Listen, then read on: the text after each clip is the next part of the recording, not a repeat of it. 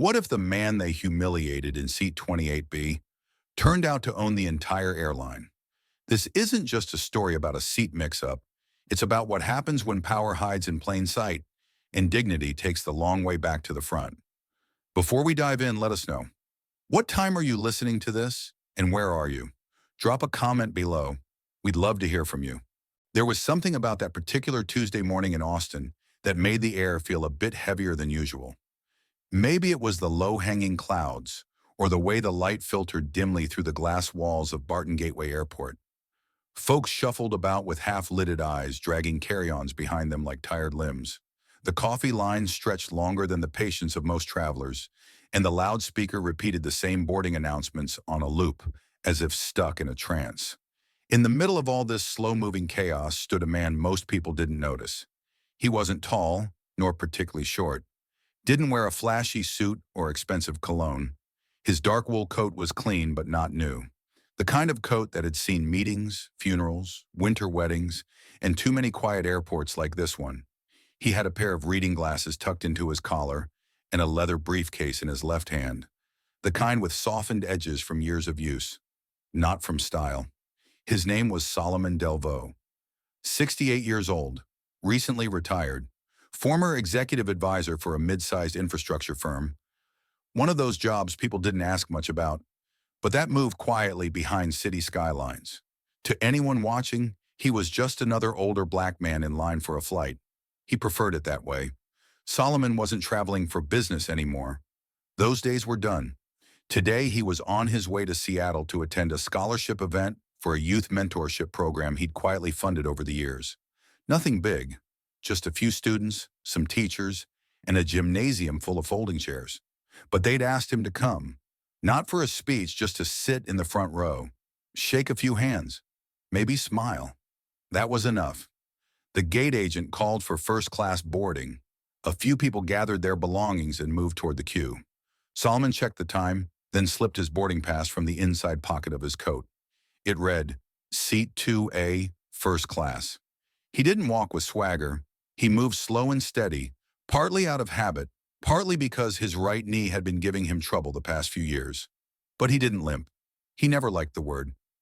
As he approached the front of the line, a tall man in his 40s, white, wearing an athletic vest and holding a laptop bag, gave him a quick once-over, then stepped around him and scanned in without a word. The agent didn't correct it. Solomon didn't say anything either. At the front, a young woman scanned his pass without looking up. Her nails tapped on the device as it chirped approval. Boarding to the left, sir. He nodded once softly. Thank you. The bridge to the plane was quiet. Cool metal walls, that stale blend of recycled air and jet fuel. Solomon didn't mind. He liked the stillness of these small transitions, the parts of travel that most people hurried through, but that gave him a moment to center himself. As he stepped into the plane, the lead flight attendant greeted him. Blonde, crisp uniform, tightly pinned name tag, R. Vexler. She smiled, but it didn't quite reach her eyes. May I see your boarding pass again? He offered it without hesitation. She looked at the seat number, then at him, then back at the number. Her smile faltered. I'm sorry, sir. This is for first class. Solomon tilted his head slightly, not confrontational, just confused. Yes, that's what I booked. She looked again. The screen beeped, confirming it. Still, she didn't move. We've had a few issues with the system lately, she said, her tone practiced. Sometimes it assigns seats incorrectly. I purchased this ticket 3 weeks ago, Solomon said quietly, directly through the airline. She didn't argue, but she also didn't smile. Of course. Please make your way to the front, she said, stepping aside. The seat was waiting. Solomon slid his briefcase beneath the seat in front of him and sat down slowly, taking care to keep pressure off his knee. The leather creaked softly beneath him. He adjusted the armrest and folded his hands in his lap. Outside, the rain had started, tapping gently against the window. Inside, the cabin filled gradually. A few executives, a mother traveling alone with a toddler, and a couple who looked freshly retired and overly tan. No one looked at him, and that, he'd learned, was the usual way of things. He didn't mind the quiet, but somewhere deep in his gut, that part of him sharpened by decades of being the only one in too many rooms. He could feel it. Something was off, not loud, not yet, but stirring, and he knew better than to ignore it. The cabin lights dimmed just a little as the last of the passengers settled in. That soft, artificial glow filled the space, mixing with the rustle of carry-ons, zippers, and a few polite conversations that never went deeper than the weather or connecting flights. Solomon sat still, hands folded on his knee, as the hum of the plane grew steady around him. The crew moved with well-practiced rhythm.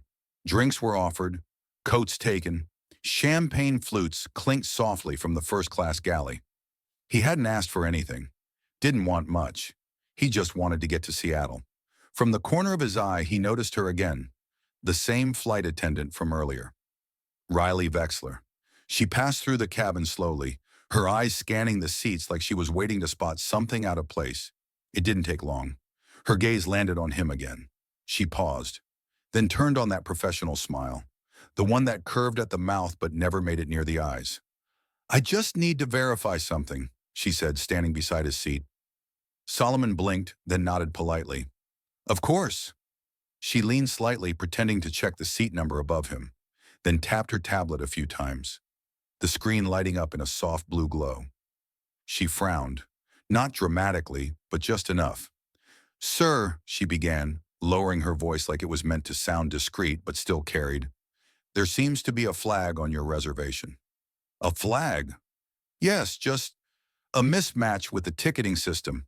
Happens sometimes." Solomon didn't speak right away. He had learned long ago that silence, when used properly, could be more effective than rebuttal.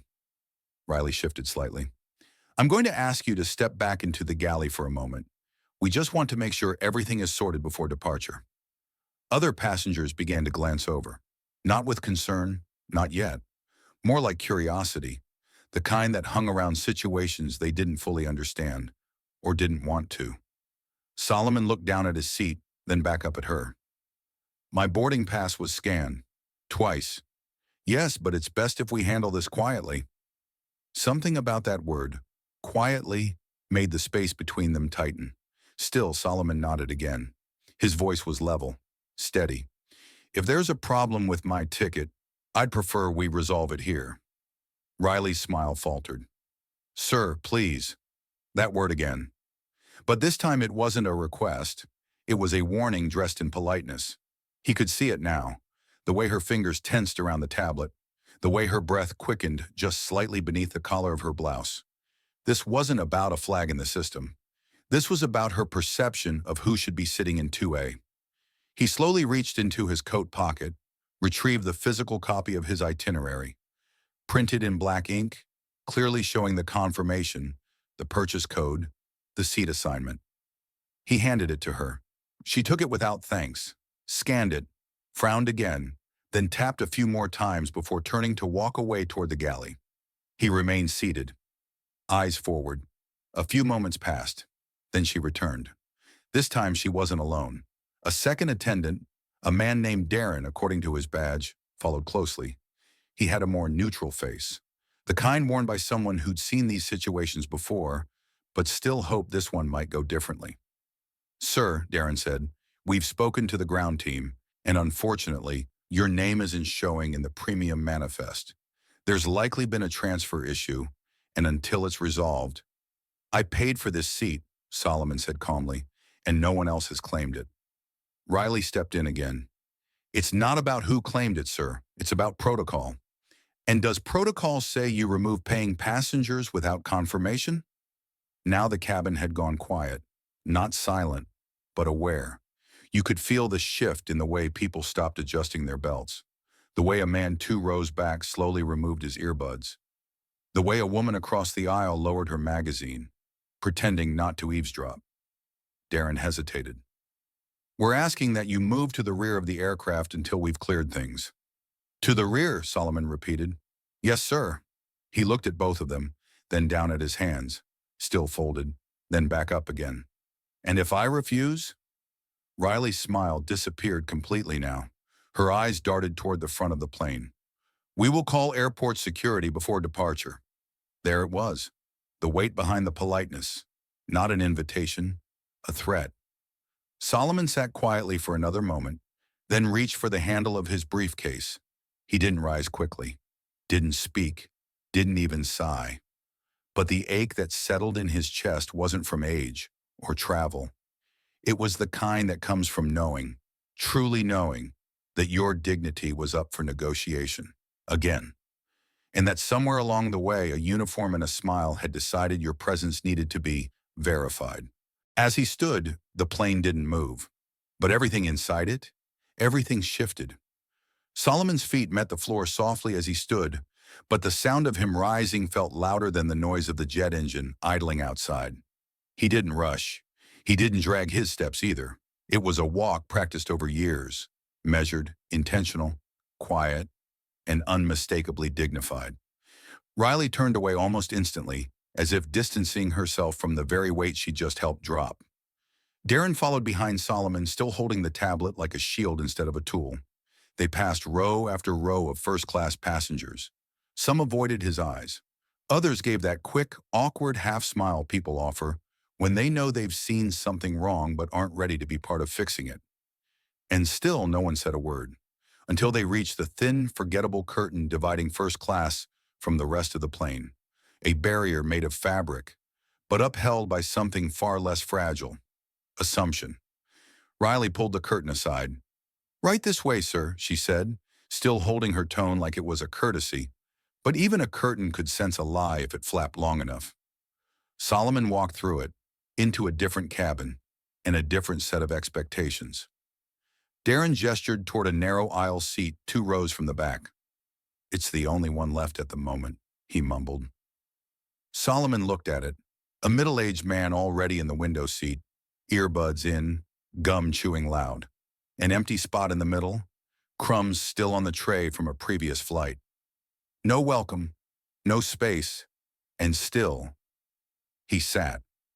Not because he accepted it, but because he had learned the art of choosing his battles with care. As he lowered himself slowly into the seat, he noticed something odd, just for a second. The teenage girl across the aisle glanced at him, then at Riley, then back again, her brows furrowed, just a little. Her mother leaned in and whispered something. The girl didn't respond. She just watched. Riley turned and made her way back up the aisle without a glance backward. When she vanished behind the curtain again, it felt almost symbolic, like the ending of a chapter.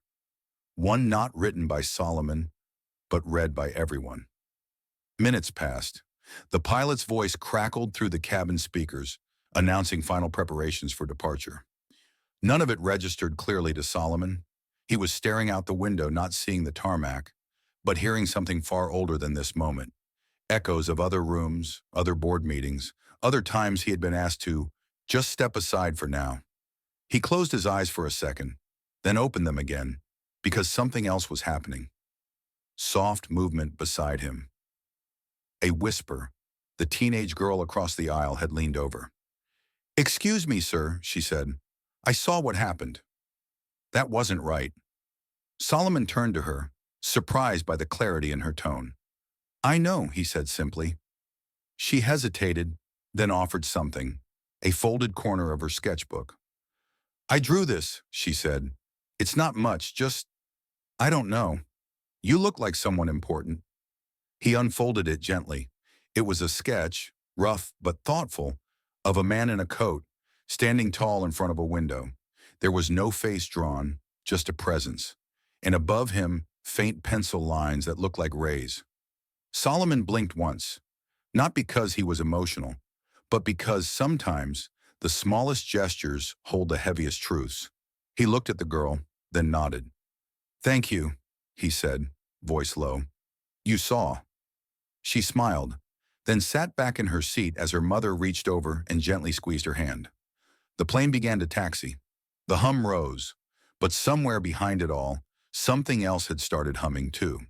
A sense that this flight, this moment, this injustice, it wouldn't land the way Riley expected it to, because someone had seen it and drawn it and offered it back as if to say, "You still matter, even when they try to hide you."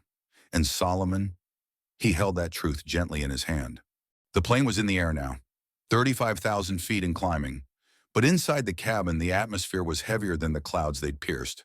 Not loud, not chaotic, just heavy. Solomon sat still, the sketch folded carefully in his inside pocket. The girl across the aisle had turned back to her earbuds, pretending not to watch him, but her foot tapped nervously. She hadn't forgotten. Neither had he. Back in first class, Riley moved with a renewed confidence, a performative precision. She poured club soda for the man in 2A, the very seat Solomon had been removed from. The man, middle-aged, silver hair, gold cufflinks, had barely glanced at her. He didn't ask what happened. He didn't care. "Thanks for sorting that situation earlier," he said casually. "Wasn't sure what was going on, but I appreciate the peace." Riley smiled tightly. "We do what we have to," she replied. And that was the moment she believed she'd won. Because the passenger didn't ask if the seat belonged to Solomon, didn't ask if there had been a mistake. He accepted Riley's version of the story, whatever it had been. But 2 rows back, Isela Martinez was watching. She hadn't spoken up during the incident. She'd seen too many versions of that scene play out over the years. In boardrooms, in restaurants, at airport counters. But something about this one hadn't sat right. And now, watching Riley laugh with a man in a stolen seat, she felt it rising, a low thrum beneath the ribs. That feeling when the world asks, "Are you going to let this pass too?" Isla unbuckled her seatbelt and stood, steadying herself against the turbulence. She walked through the curtain and down the aisle, stopped at Solomon's row. "Sir?" she asked gently. He looked up. "I'm sorry, I should have said something earlier. I was in 4C when they moved you. I saw your pass." Solomon nodded slowly. "I appreciate that. I don't want to cause a scene." "Too late for that," he said, not unkindly. She smiled faintly. "Do you want me to go back up there and say something?" He studied her, not the way people assess strangers, but the way someone recognizes the moment a person steps across their own line. "No," he said, "but don't forget what you saw." "I won't," she promised. She started to turn, then paused. "Do you want anything? Coffee? Water?" Solomon looked down at the tray in front of him. Still empty. Not even a napkin. No one had come by. "Water would be good," he said. "Room temperature if they have it." She nodded and disappeared down the aisle, leaving behind a brief hush. Not silence, but a hush. Back in the galley, Riley was rechecking the inventory when Isela appeared. "Hi," Isela said politely. "One of the passengers in 28B asked for some water." Riley glanced at the manifest. "We're still in service for first class." "I understand, but he's been waiting a while." Riley rolled her eyes subtly. "He can wait another 10 minutes. Isela's eyebrows lifted. "Excuse me? We serve by cabin, ma'am. That's policy." "I thought human decency was policy." The words hung there for a beat too long. Riley straightened. "Do you work for the airline, ma'am?" "No," Isela replied calmly. "But I don't need a badge to know when someone's being mistreated." Behind them, Grace, the junior attendant, froze. She had been silent through most of the flight, following Riley's lead. But now she took one small step forward. "I can get the water," Grace offered softly. Riley shot her a look. "That's not your assignment." Grace hesitated, then moved anyway. She pulled a small bottle from the back of the drawer, found a cup, and handed it to Isela. "Room temperature," she whispered. Isela smiled. "Thank you," and then turned to go. Riley didn't follow, but her jaw clenched so tight you could almost hear the grinding behind her teeth. And Solomon? He took the water with a nod. No flourish, no fanfare. Just a quiet sip and a look toward the window. But as the sun caught the reflection of the glass, something flickered in his eyes. Not defeat, not even anger, just clarity. Because it wasn't the removal from his seat that marked the moment. It was what people chose to do afterward. And some were starting to choose differently. The hours in the sky can stretch differently depending on where you sit and how you got there. In the last few rows of the plane, time moves slower, heavier, not because of the seat pitch or lack of legroom, but because of everything unspoken. Solomon remained quiet, not because he had nothing to say, but because he was listening to how the crew moved, How Riley's voice changed depending on who she spoke to. How the air shifted around silence. The kind of silence that isn't restful, but tense, expectant. The girl who'd drawn him had fallen asleep against her mother's shoulder. Her sketchbook still sat in the seat pocket in front of her, edges bent from use, but full of soft promise. Solomon looked out the window again. Clouds passed by like memories. Slow, dense, fleeting. He didn't know yet what this flight would become, but he knew what it had already taken. A few rows forward, Grace leaned against the rear galley wall, quietly sipping from a paper cup. She hadn't spoken since handing Solomon the water, but her mind hadn't stopped turning. She wasn't new to this job. She was new to this kind of moment. The kind where your instinct says something's wrong, but your training says stay in line. Riley reappeared moments later, clipboard in hand, her steps clipped and tight. She glanced over her shoulder before speaking. "You going off script now?" she asked under her breath. Grace looked down at the cup in her hands. "I just gave a man some water." "He's not entitled to special treatment," Riley snapped, still whispering. Grace met her gaze. "It wasn't special. It was basic." Riley scoffed, but her expression faltered. Just for a second, her jaw twitched. That subtle tick of someone who thought she had everything under control until she didn't. "You're lucky I don't write you up for insubordination," she said. Grace didn't blink. "You're lucky someone else didn't record you already." Riley's eyes narrowed, but she didn't respond. She turned sharply and headed back toward the front. In seat 2A, the man with the silver cufflinks yawned, stretched, and pressed the service button. Riley arrived seconds later. "Yes, Mr. Schaefer." "Little stuffy in here," he said, motioning toward the air vent. "Also, are we good on that issue earlier?" She tilted her head. "Sir? The gentleman you had to move. That's all handled?" She smiled again, the kind that had been worn thin from overuse. "Taken care of, sir. The system glitched. We made sure everything returned to normal." Normal. The word echoed in her own ears.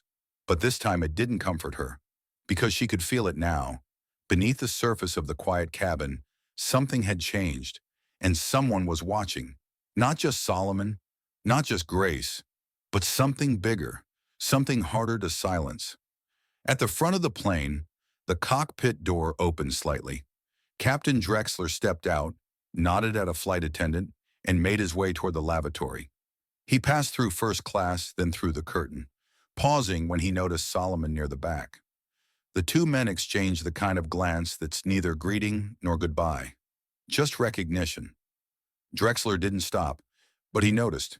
He went back up the aisle with a slight crease in his brow, the kind that said, "Something's off. Something happened, and I don't have all the facts." The moment passed, but it left a mark. Back in row 28, Solomon reached for his coat, pulled out the folded itinerary, the paper ticket, printed with black ink. He didn't need to read it again. He just wanted to feel the weight of it, the truth of it. Because when you've spent your life knowing the cost of being doubted, sometimes all you have left is paper and principle. And when those get questioned too, there's only one thing left: dignity. And Solomon wasn't about to set us down. Not even at 35,000 feet. Somewhere over Utah, the plane began to rock gently. Just light turbulence. Nothing out of the ordinary. But even the smallest shake can feel amplified when nerves are already tight. In the rear galley, Riley gripped the counter edge just a little harder than usual as she poured coffee into a silver pot. Her knuckles went pale. Her mind wasn't on the turbulence. It was on Solomon Delvaux, and the way he hadn't raised his voice. Not once. That bothered her more than if he had shouted. She had filed the incident into her mental drawer marked handled. A few whispers. A transfer of seats. Nothing new. These things happened, and the airline rarely asked questions, so long as the passengers stayed quiet. But Solomon had stayed quiet, and still something in her felt exposed. She turned too quickly and bumped the edge of the counter, spilling a few drops of coffee onto her blouse. "Damn it," she muttered. Grace, standing nearby, didn't flinch. She watched Riley for a second, then moved past her toward the service cart. "You okay?" she asked, tone neutral. "I'm fine," Riley snapped, dabbing at the stain with a napkin. Just distracted. Grace didn't answer. She knew better than to nudge a crumbling wall. Meanwhile, 2 rows back, Isela Martinez reopened her laptop. She hadn't been able to stop thinking about what she'd seen. The brief exchange, the quiet compliance, the way Solomon had accepted the injustice like it was familiar. Too familiar. She wasn't an activist. She wasn't looking to go viral. But something about the silence inside that cabin felt wrong. Heavy, like a room with no windows. She opened a blank email draft and began to type. To Passenger Relations at LangstonAviation.com. Subject, Incident on Flight 2704. First class discrepancy. She described what she saw. Not in anger, not in outrage, just facts. Plain and simple. She ended the message with a line that came out before she even thought about it. He didn't raise his voice, but maybe now someone else should. She hit send, closed the laptop, and sat back. Just then, the seatbelt sign chimed. Solomon shifted slightly, feeling the familiar ache in his right knee. He reached down, rubbing it lightly, then glanced toward the front of the cabin. Something caught his attention. Riley, standing at the curtain, peering back with narrowed eyes. And then she started walking, directly toward him. Grace, still in the galley, paused when she saw Riley pass. "Where are you going?" she asked. "Just checking something," Riley said over her shoulder. But her eyes didn't match the words. She stopped beside Solomon's seat. Her tone was lighter now, almost falsely warm. "Sir," she said, "do you mind if I inspect your carry-on? We've had a report of a possible item that needs verification." Solomon blinked. "A report?" "Yes. Standard protocol. Nothing to worry about." He looked down at his small black bag, the same one that had passed through security, been stowed under a seat, never touched. "Who reported it?" he asked calmly. "I'm not at liberty to say." He paused, then slowly pulled the bag from beneath the seat and placed it in his lap. "You're welcome to look," he said, "but I'd like you to be careful." Riley didn't respond. She unzipped it and began rummaging through the contents. His notebook, a spare shirt, a packet of almonds, a paperback book. Then she found the envelope. It was cream-colored, marked Seattle Youth Scholarship Gala. Inside were copies of the event program, a letter of appreciation, and a note handwritten in blue ink. "We're honored to welcome Mr. Solomon Delvaux, a mentor to generations." Riley pulled it halfway out, glanced at it, then slid it back in quickly. She zipped the bag and handed it back without apology. "No prohibited items," she said stiffly. Solomon didn't reply. He placed the bag beside him again and returned his gaze to the window. Behind them, Grace was frozen halfway down the aisle. She'd seen the whole thing, the inspection, the note, the way Riley had shoved it back in like it burned her fingers. She didn't speak, but her silence was no longer the kind that kept the peace. It was the kind that came before a choice, before a shift. Because what had just happened, that wasn't inspection. That was humiliation disguised as procedure. And someone was about to call it what it really was. Not loud, not angry, but clear enough to shake the silence loose. The clink of the food cart wheels echoed louder than usual as Grace pushed it down the aisle. Not because it was heavier, but because her hands were shaking. Not visibly, not enough for anyone to notice. But she felt it. That tension under the skin when you're about to do something you can't take back. She had seen it all. The way Riley rifled through Solomon's bag like it was junk mail. The flash of that letter, the one with his name in calligraphy. The way Riley's mouth had pressed thin afterward, as if she'd just realized what she'd touched. Grace wasn't new to subtle insults, but this wasn't subtle. This was something else entirely. As she passed row 28, she slowed the cart. Solomon didn't look up. He just sat with one hand resting lightly on his briefcase. His posture hadn't changed, but his stillness was heavier now, less calm, more contained. Grace crouched slightly, leaned in, and placed a fresh cup of tea on his tray. No questions, no announcement, just a quiet offering. "I'm sorry, sir," she whispered. He turned toward her, not surprised, not even grateful in the traditional sense, just present. "I know who you are," she added. She didn't say it like she'd uncovered a secret. She said it like she finally understood. Solomon didn't answer right away. He reached into his coat pocket and pulled out a slim, matte black card. He set it on the tray next to the tea. The silver lettering shimmered under the cabin lights. Solomon Delvo, founder, Langston Aviation Group. Grace's eyes widened slightly, not in awe, but in realization. This wasn't just a passenger who'd been mistreated. This was his airline, the company she worked for. The name printed on every employee badge.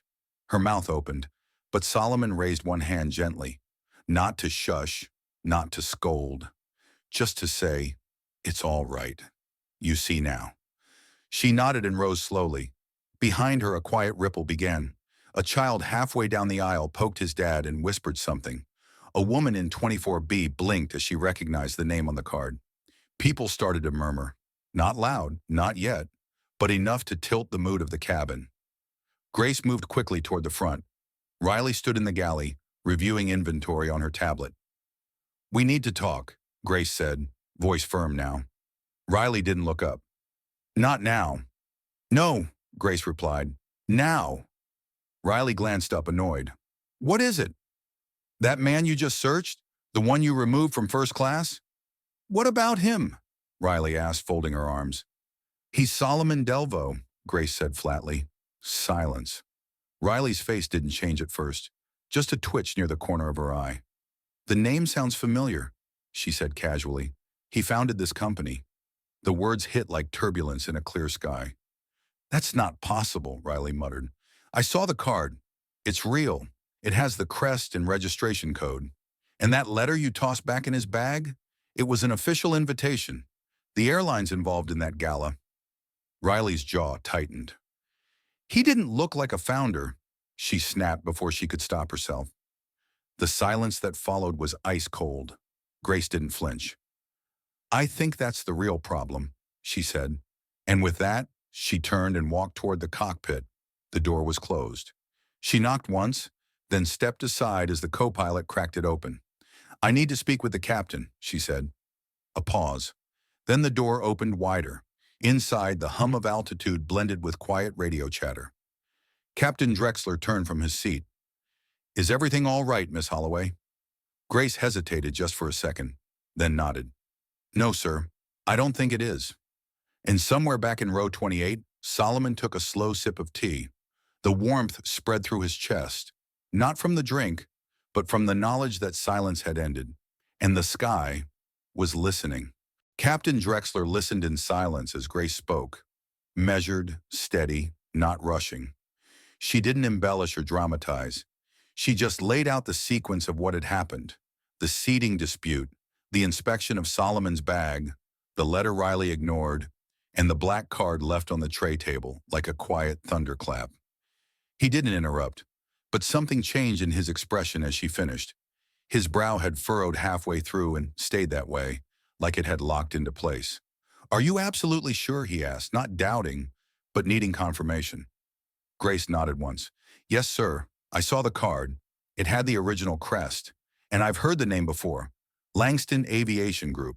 It's not just some VIP program. He's the founder." The captain didn't move right away. Then he stood, quietly, and said only one word. "Understood."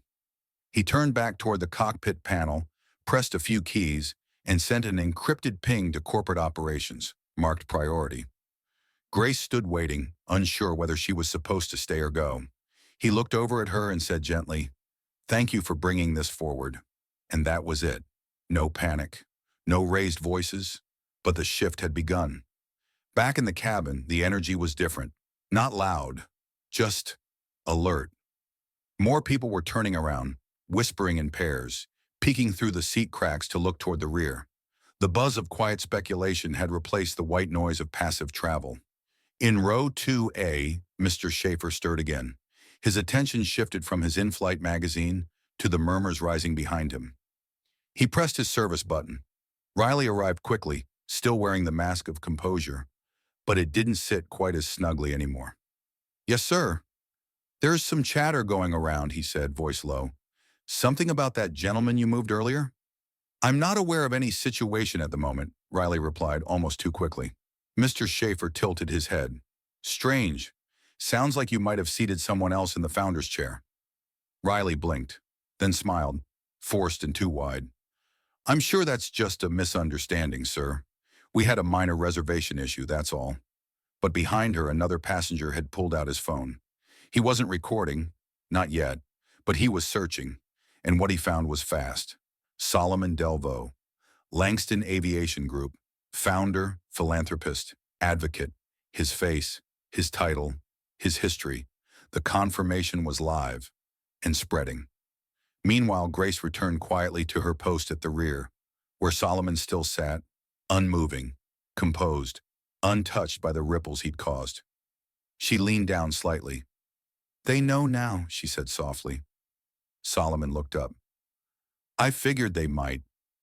He glanced toward the aisle, and then, as if on cue, the girl across from him stirred. She'd been dozing, her eyes fluttered open, and for a moment she looked confused, then aware.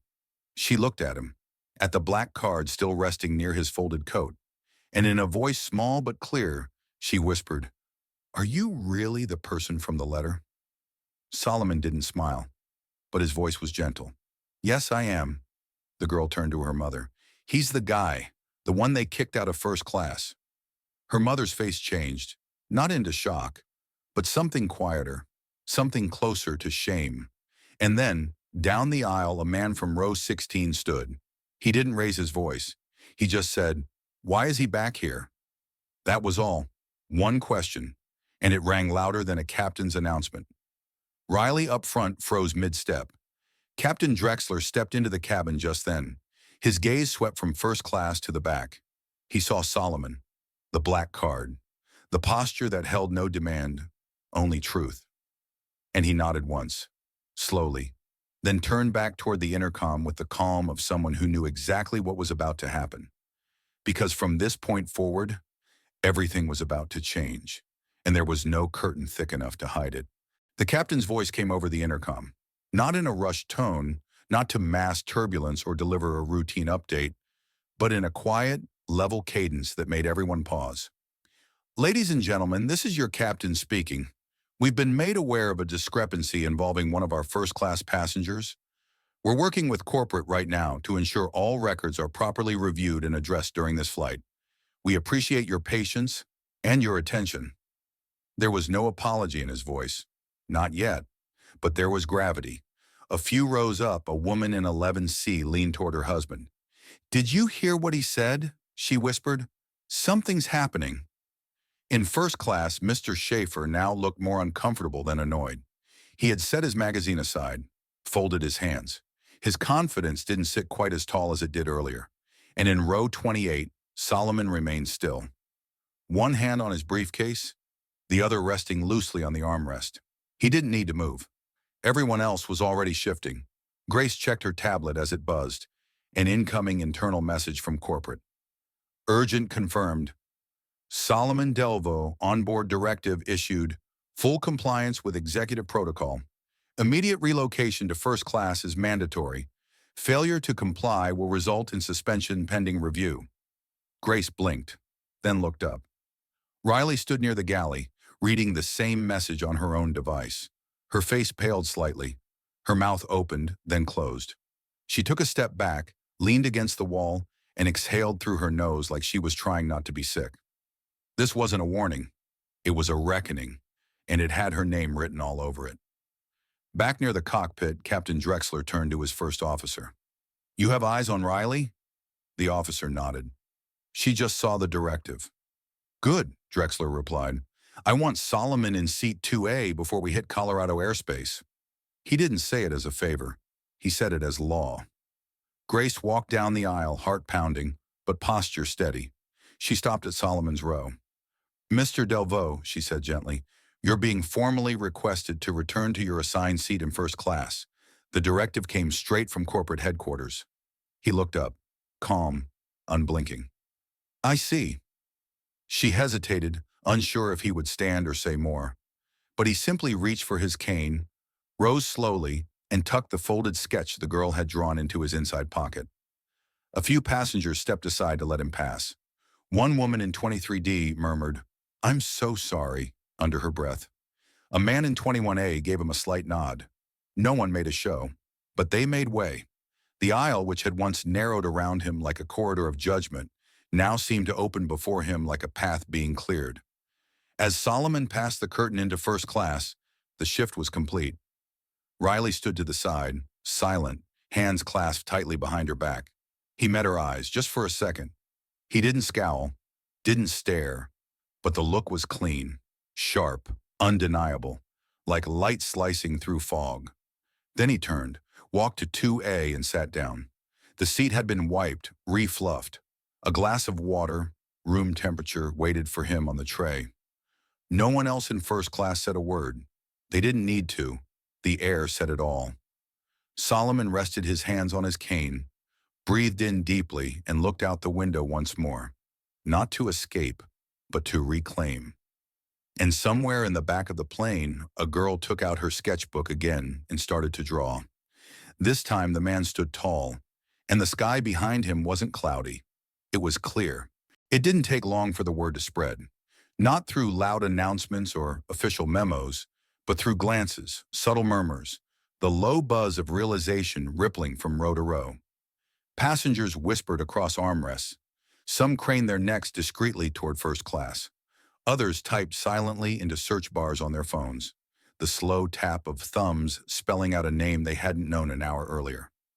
Solomon Delvaux, founder of Langston Aviation Group, one of the earliest architects behind a network of regional carriers. Not a man in a rented coat, not a mistake in the manifest, but the man whose signature was printed on the policies Riley had just violated. The cabin wasn't loud, but it was alive. A woman in 15F quietly lowered her tray table and took out a notepad. She wasn't a reporter, just a grandmother who volunteered at her local community board, but she wrote what she remembered, word for word. In the cockpit, Captain Drexler received another encrypted message from corporate. Begin documentation for internal investigation. All crew statements required post-landing. Passenger Delvaux is considered executive protected. Handle with utmost discretion. He set the message aside and rubbed the bridge of his nose. He'd flown for 30 years, seen turbulence, mechanical emergencies. One time, even a lightning strike. But this was something else. This was what happened when the system forgot its own architect. Down in first class, Solomon remained quiet. He hadn't asked for champagne, hadn't taken off his coat. The only thing he'd done since returning to 2A was sip the water and glance down occasionally at the folded drawing in his lap. It sat there like a small truth nobody could erase. Riley hadn't moved in a while. She stood stiffly in the front galley, arms crossed behind her back, lips thin, posture perfect, but not because she felt confident. She was bracing. A few steps behind her, Grace lingered near the curtain. She could feel the pressure building, like the moment before a glass tips over. Riley hadn't said a word since Solomon walked past her, but her silence wasn't noble. It was panicked. And when she finally did speak, her voice was low and sharp, meant only for Grace. He wasn't wearing a suit. Grace turned. What? He didn't look like... Riley cut herself off, but it was too late. The words had already stepped out of her mouth and couldn't be pulled back. Grace exhaled. And what exactly does someone like him look like? Riley didn't answer. She didn't have to, because everything she hadn't said was already said. Behind them, the purser's tablet buzzed again. This time it wasn't a directive. It was a notification. Trending now. Joshua Flight 2704. You're Solomon Delvaux. Founder humiliated on his own airline. How assumptions still fly first class. Passengers who hadn't even looked up before were now leaning into the details, watching, reading, processing. The man they had watched being escorted to the back of the plane, he now sat in the seat he never should have been removed from. And that, more than any announcement, was the loudest statement yet. In seat 4D, a man wearing a conference badge closed his laptop and muttered, "This is going to hit the evening news, isn't it?" His seatmate nodded. "Sure is, and it should." One by one, phones came out, not to record Solomon, but to document everything else. The energy inside the plane had turned, and everyone could feel it, even Riley, especially Riley. She excused herself quietly and stepped into the lavatory, locking the door behind her. Inside, her hands gripped the sink. She stared at her own reflection for a long moment. Her shoulders rose and fell with a breath she didn't know she was holding. And for the first time on this flight, she looked unsure of herself. Not because she'd been caught, but because she had finally started to understand what she'd done. What she'd tried to dismiss as procedure. What she'd let become normal. Outside that tiny door at 35,000 feet, truth was moving freely down the aisle. Not with anger, but with the quiet, undeniable grace of a man who had waited long enough, and whose silence had finally become the loudest sound on the plane. By the time the cabin lights dimmed for evening service, there was no pretending anymore. Everyone on board knew who Solomon Delvaux was and what had happened to him. The mood wasn't tense in the way that begged for conflict. It was quiet, thoughtful, like a room full of people realizing they'd all been part of something they didn't want to admit. Solomon hadn't spoken to anyone since reclaiming his seat. Not out of anger, but out of choice. Sometimes the most powerful thing a person can do is wait and let others sit with their own discomfort. Across the aisle, a younger man, probably late 30s, dress shirt wrinkled from travel, leaned over and said quietly, "I didn't know who you were, sir, but I should have said something back there." Solomon turned to him, nodded once, then said gently, "Knowing my name isn't the part that matters." The man blinked, caught off guard. Solomon continued, "What matters is whether you would have spoken up even if I wasn't someone with a title." The man didn't answer, just leaned back, thoughtful. A few rows back, Grace sat on the jump seat near the galley, gripping her tablet like it held more than checklists. She'd done everything right today, by the book. But the book hadn't protected Solomon. The book hadn't stopped Riley. And the book hadn't stopped the silence from spreading. She tapped a blank note on her screen and began writing. Not a report, not a statement, but a record. For herself. What happened. What she saw. What she should have done sooner. Sometimes change starts with naming the truth. Out loud. Meanwhile, Riley remained behind the curtain, standing stiff near the hot towel station. Her hands were steady now, but not from control, from detachment. Her mind raced, replaying every moment of the flight. The first scan of his boarding pass, the forced relocation, the inspection of his bag. In her own words, "He didn't look like a founder." She could still hear herself saying it. It echoed in her chest, louder than the engines. Then came the final blow, a second buzz on her tablet, this time from HR compliance. Immediate review pending upon arrival. Report to gate officer. Internal hearing scheduled. There was no room for interpretation. They knew. And they weren't going to wait for the post-flight survey. Captain Drexler's voice returned over the intercom. "We're beginning our descent into Seattle. Crew, prepare the cabin for arrival." Solomon reached down and buckled his seatbelt, then slowly pulled the sketch from his coat pocket again. The girl had drawn him taller than he felt today. Stronger. Not because she knew his resume, but because she saw something worth honoring, before anyone else did. Across the cabin, a middle-aged woman in 3A spoke up just loud enough to be heard by those around her. "Sir, if you ever decide to run for president, I'll vote for you." A few people chuckled softly, others nodded. Solomon smiled, not out of pride, but out of something more grounded. He folded the sketch carefully, slipped it back into his pocket, and looked out the window at the Seattle lights blooming beneath the clouds. The world below was about to meet the story that had unfolded in this cabin. Not the version written by reports, but the one remembered by every passenger who had seen it with their own eyes. The question now wasn't what happened. It was what they would do with it. The landing gear thumped softly beneath the cabin floor as Flight 2704 descended through the final layer of clouds. Outside, the rain had tapered to a mist, blurring the airport lights into streaks of orange and white. Inside, though, everything felt crystal clear. Seatbelt signs dinged on. Trays were latched. Overhead, bins were double-checked. It was the part of every flight where passengers instinctively began to detach, physically from the seat, mentally from the experience. But this time, nobody was in a hurry. People weren't checking their watches or stretching toward the aisle. They were watching Seat 2A, watching Solomon Delvaux. Not because he demanded attention, but because his presence had changed the atmosphere of the flight without ever raising his voice. Grace remained buckled in the jump seat, her eyes on the aisle, posture alert. She'd sent her report to internal oversight just before the descent began. Short, clear, honest. She didn't know what it would lead to, but she knew she'd never write another report like the ones she used to. Across the aisle, Solomon sat with his hands resting lightly on his cane.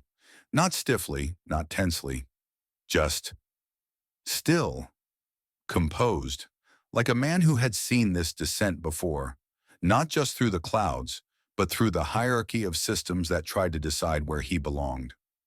The girl from earlier, now fully awake, leaned forward slightly in her seat toward the aisle.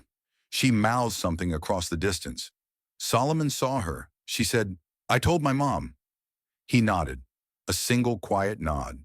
She smiled, then sat back down, her hands clasped tightly around her sketchbook like it held something sacred.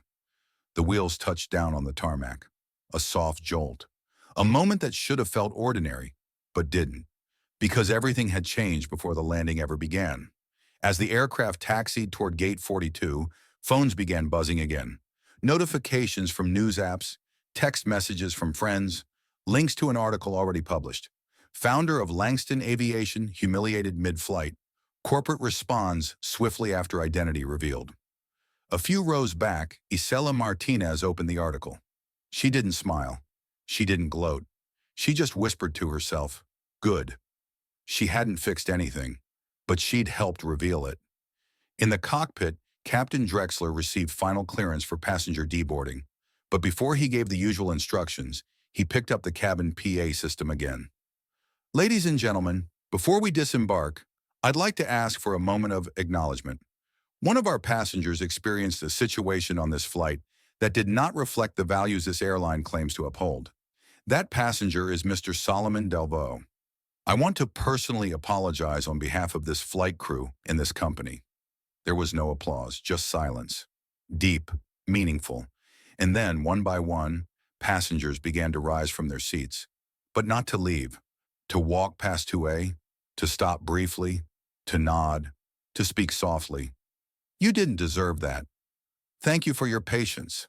I see you." No one pushed, no one forced a moment, but the moment was there for everyone to feel. Riley remained frozen near the front galley, her face pale, her jaw clenched. The captain had already informed her that a compliance officer was waiting at the gate. She'd said nothing, just nodded stiffly and folded her service apron with robotic precision. Grace stepped beside her, not cruelly, but with calm resolve. "You should have just offered him a glass of water." Riley blinked, didn't respond, because there was nothing left to defend. As the door opened and the bridge connected, the cabin filled with cool, damp air. The sound of the jetway locking in place felt louder than usual. Solomon rose slowly from his seat. He didn't rush. He didn't linger. He just moved forward. One step after another, through the aisle that had once turned its back on him. Now it cleared the way, not because of who he was, but because of what he'd shown them. And when he crossed that final threshold, stepping off Flight 2704 and into the terminal lights, he wasn't just a passenger anymore. He was a reminder of what happens when dignity refuses to stay quiet. The gate area at SeaTac was unusually still. Even with passengers disembarking and airport announcements humming faintly overhead, there was a hush, like everyone had entered a room where something sacred had just been broken, and then mended. Two suited individuals stood near the end of the jet bridge, clipboard in hand, security earpieces discreet but noticeable. They weren't law enforcement, not exactly, but their posture said enough. Corporate enforcement, the kind that doesn't flash a badge, but still means business. They weren't here for Solomon, they were here for Riley, and she knew it. Grace exited first, her carry-on slung over one shoulder. She didn't stop walking, but as she passed the two compliance officers, she gave them a brief nod. "They're still inside," she said. One of them responded without looking up. "We know." Inside the plane, Riley stood frozen near the galley, her hand gripping the edge of the coffee tray. Her name tag caught a glint of the overhead light, its plastic shine now more accusing than official. Captain Drexler stepped toward her. "They're ready for you," he said gently but firmly. She didn't move. He waited. "You've been flying long enough to know what happens now," he added. "But how you carry yourself through it, that's still up to you." She blinked hard, then finally nodded. Her walk down the aisle was nothing like Solomon's had been.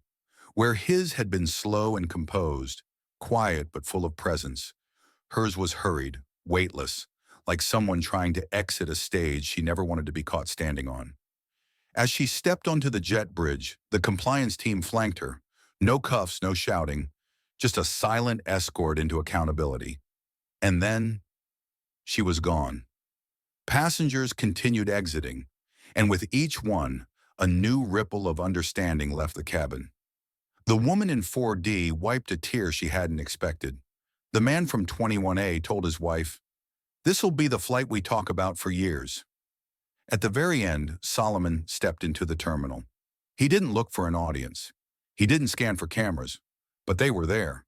Reporters had started to gather, quietly at first, then with more energy as someone whispered, "That's him."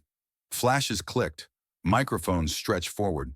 "Mr. Delvaux, can we ask a question?" "Sir, how do you feel about what happened? Will you press charges against the airline?" He paused, not for drama, but for discernment.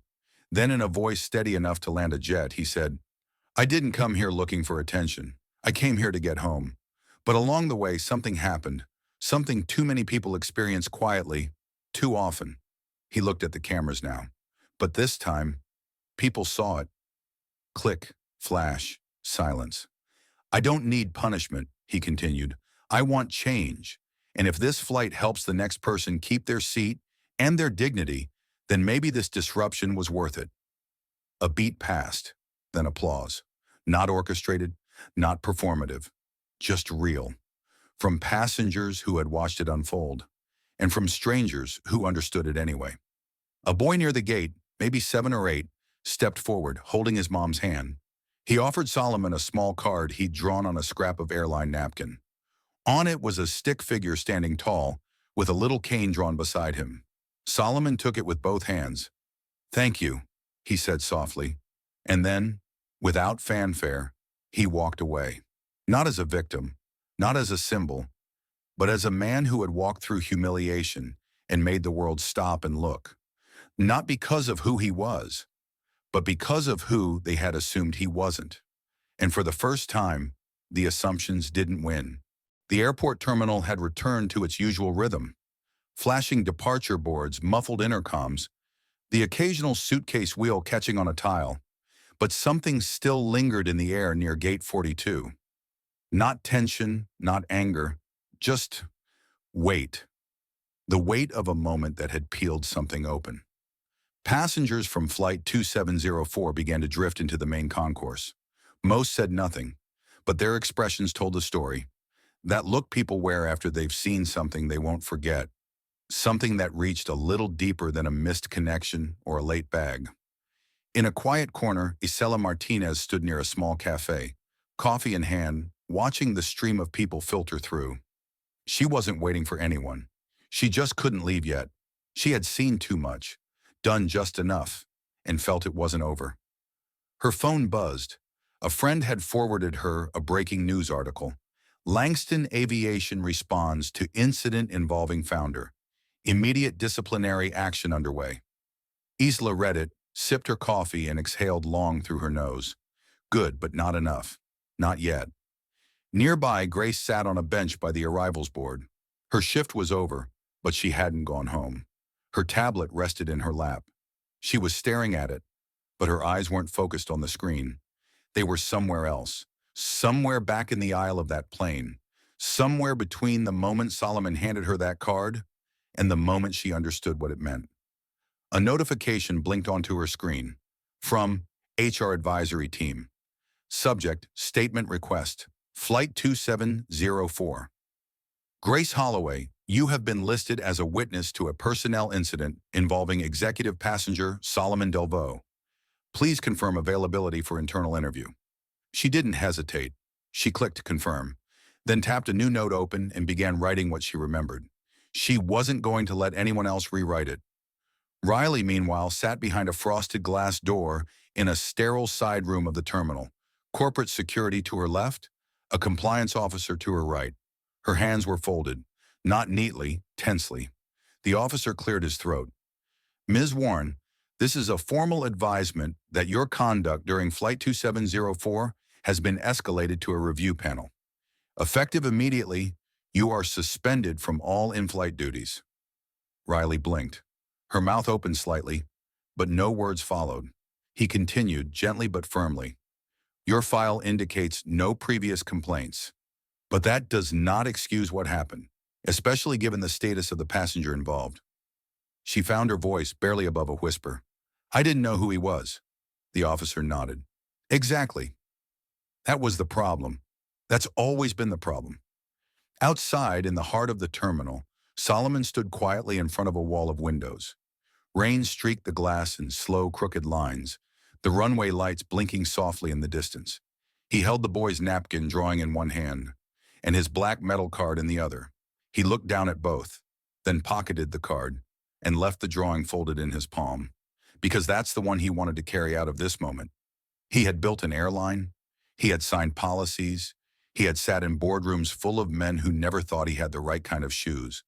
But today, he had sat in seat 28B and watched the world show its face, not because it wanted to, but because it didn't have anywhere left to hide.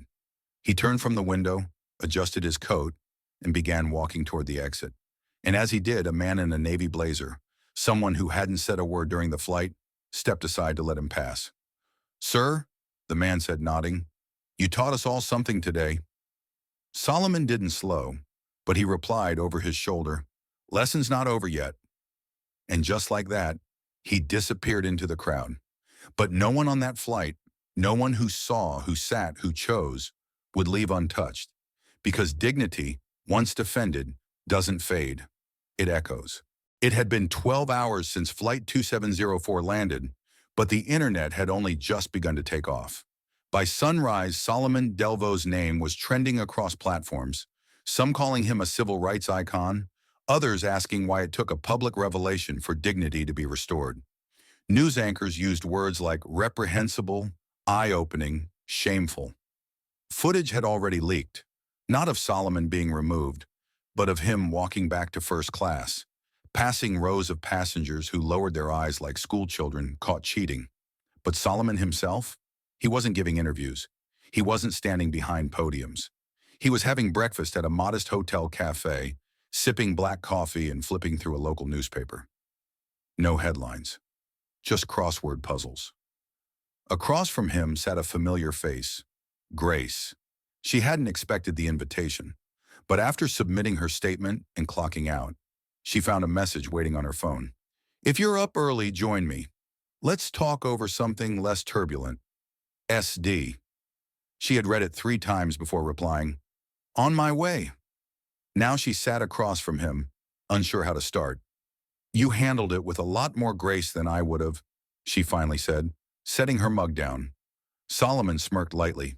Fitting choice of words. She laughed, soft and genuine. But really, she continued, why didn't you say anything sooner? Why let it get that far? Solomon folded his napkin slowly, deliberate as always.